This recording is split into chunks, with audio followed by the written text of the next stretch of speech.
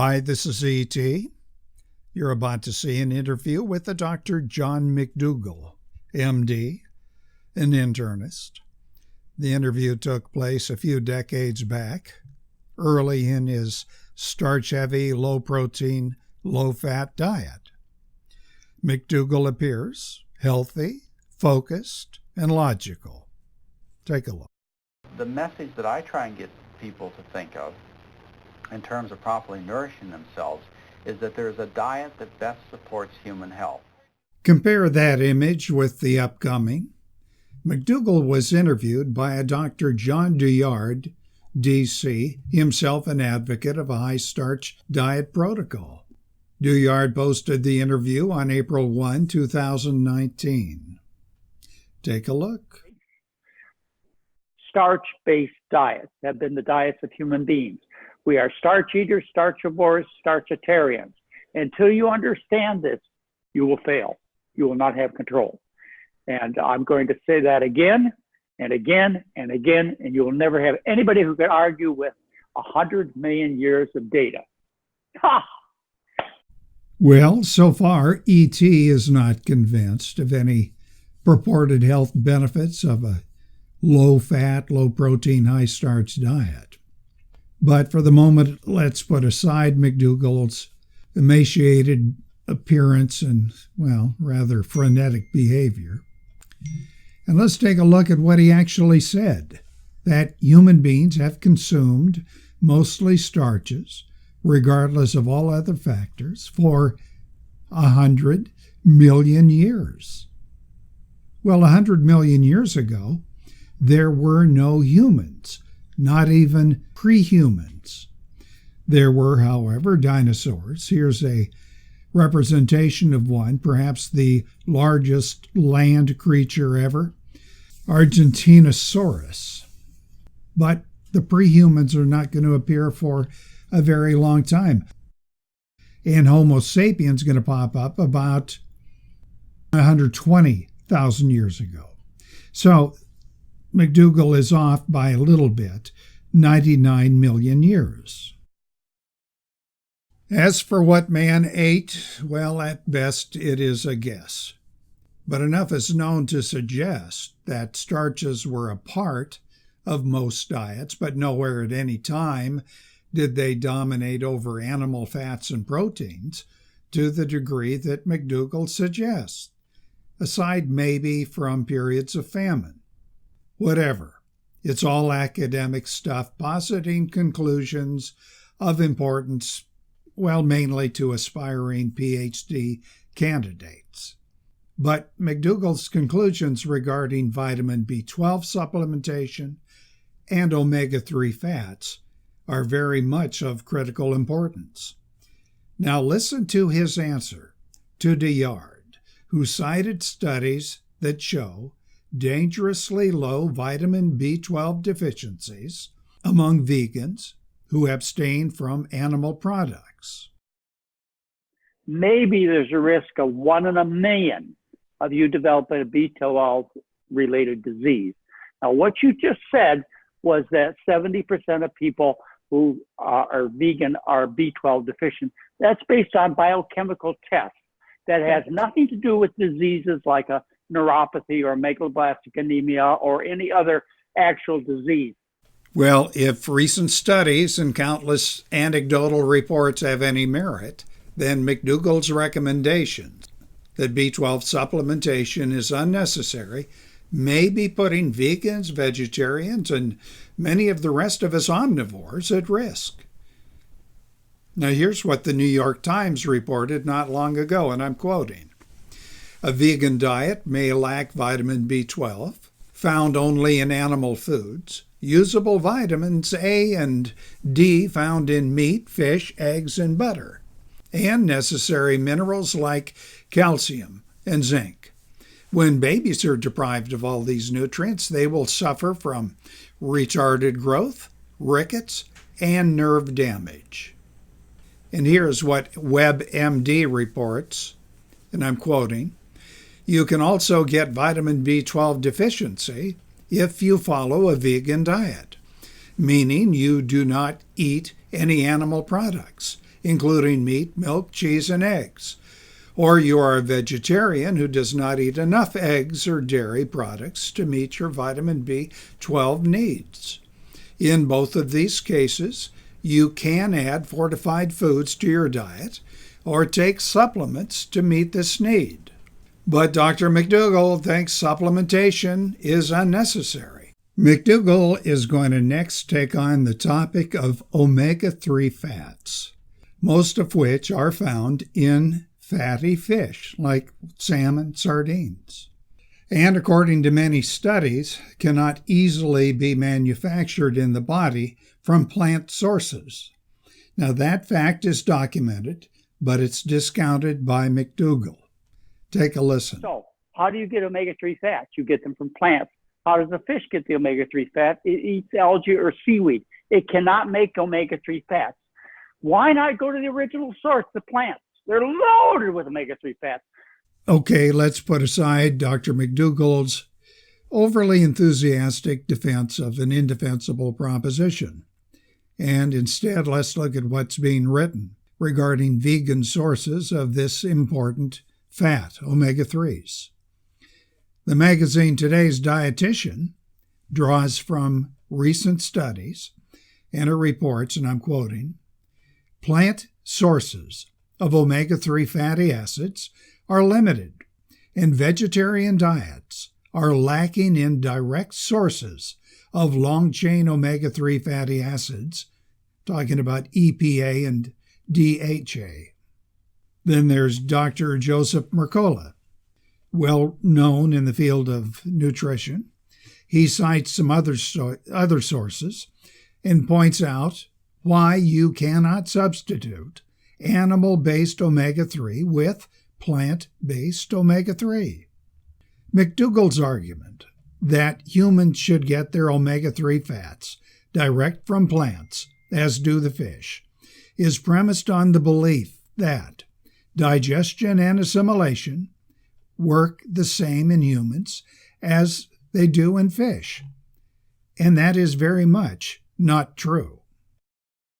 Now, some of you old-timers out there may recall Paul Harvey and his Now the Rest of the Story.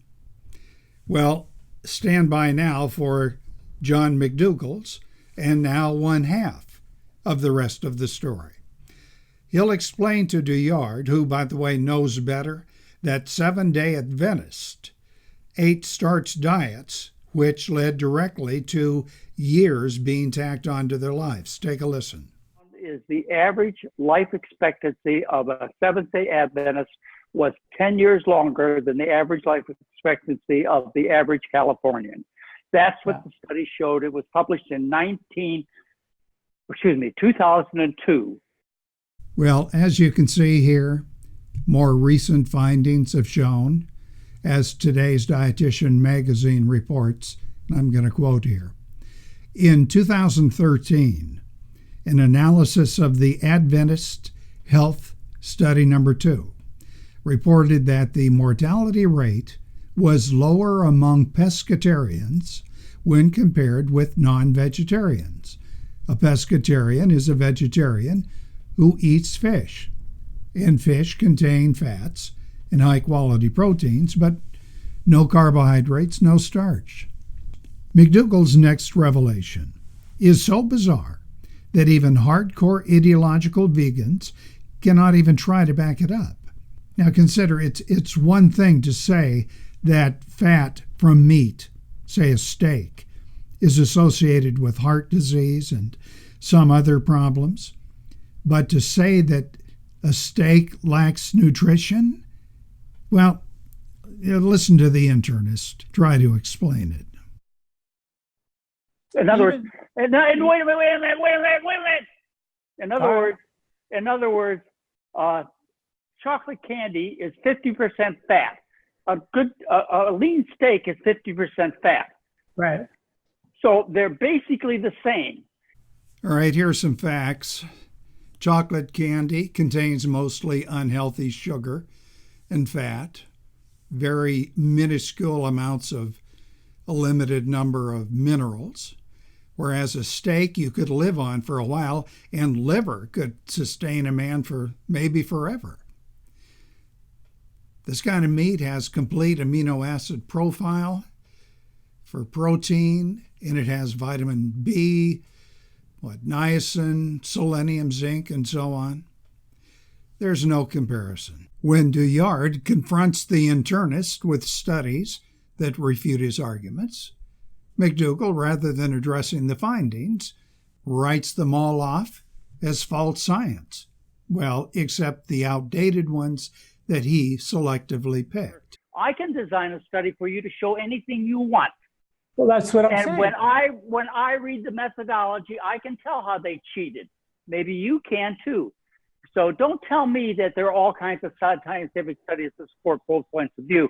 I gave you the statement that is without argument, and that is all large successful populations throughout all of verifiable history have obtained the bulk of their calories from starch. And one of the things is people are doing more and more is going back to ancestral diets. So I'm curious if you were to say, okay, the hunter-gatherers, northern hunter-gatherers, how much animal protein out of their diet, what was the percentage of animal protein that they actually consumed? I don't know. Were you around 30,000 years ago? No, nobody alive today was around that long ago. But Dr. G, methodologies utilized by historians, anthropologists, archaeologists, and so on, have provided enough data to offer us a generally accurate picture of what various groups or civilizations ate, from pre-civilized tribes to advanced civilizations. Here's but one example. It's a broth of lamb recipe whipped up by a Yale-Harvard team. It's just one of thousands of recipes that exist going back to Babylonian, Egyptian, Roman, Greek, Chinese, Inca, and other civilizations. They were all centered around, if they could work it, all centered around meat, fish, and dairy. If you don't believe it, check out Rhea Tannehill's excellent book, Food in History. Now, I've got to give McDougall some credit here. He did note that Central American groups cultivated and processed many starchy foods, and those foods made their way to Europe and elsewhere, and those foods did, in fact, alter civilizations. But much of those starchy foods, like potatoes and corn, went to animals that were later eaten by the people. And these dietary changes occurred very recently. The reasons why Doulliard's video of McDougall went viral had less to do with McDougall's arguments and a whole lot to do with his detached, very bizarre behavior. Now, you've already witnessed a few examples. Here's a few more.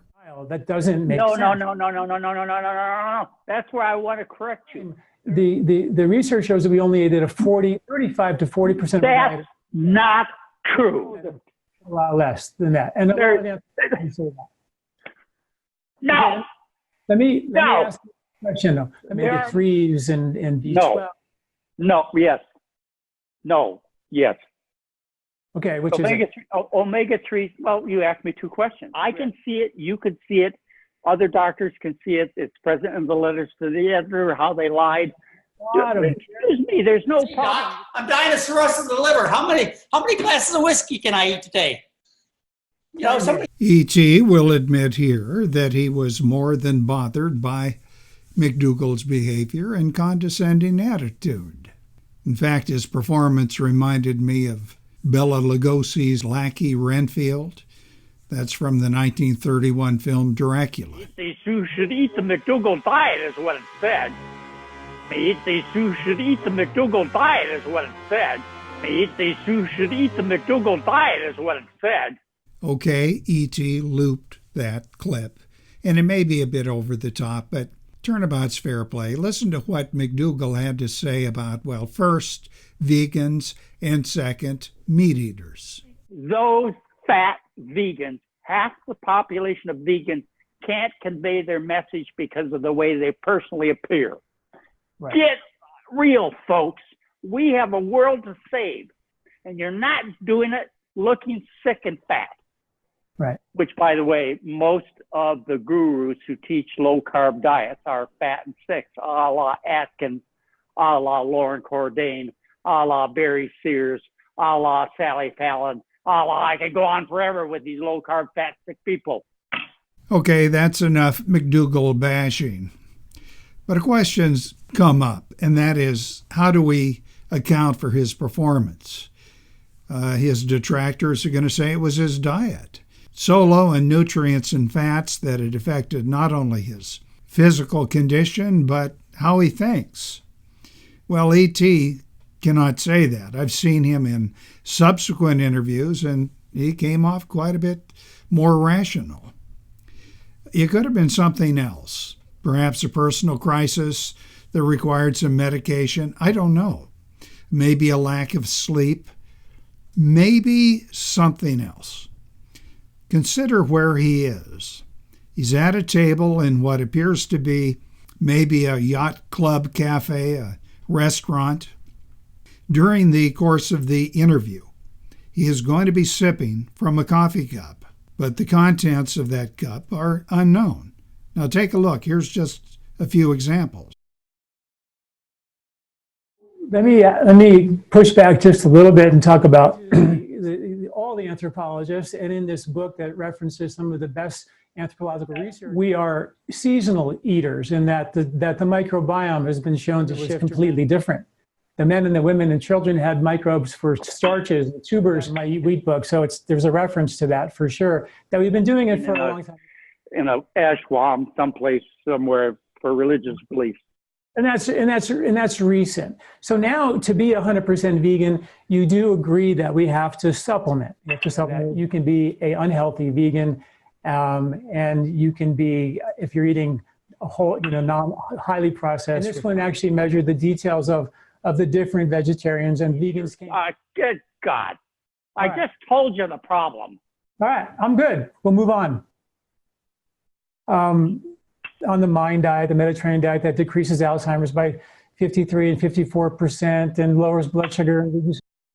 As I said before, Dr. McDougall has appeared in other interviews since the Doulliard affair, and it appears to E.T. at least to be a more moderated performance, and he's very reasonable in his explanation. So let's chalk up Doulliard's episode as simply a bad day for McDougall.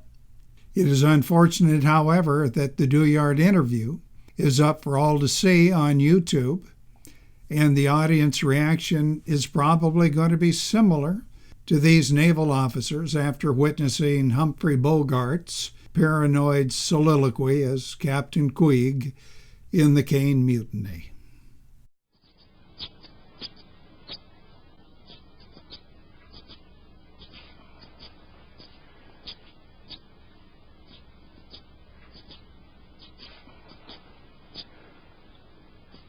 This is E.T. Put your thoughts below in the comment section. If you have not done so, do subscribe to these videos. Maybe hit that bell logo at the top right. You'll get notifications of new videos when they're posted. If you enjoyed this video, hit the thumbs up button. If you didn't like it, hit thumbs down. Thank you.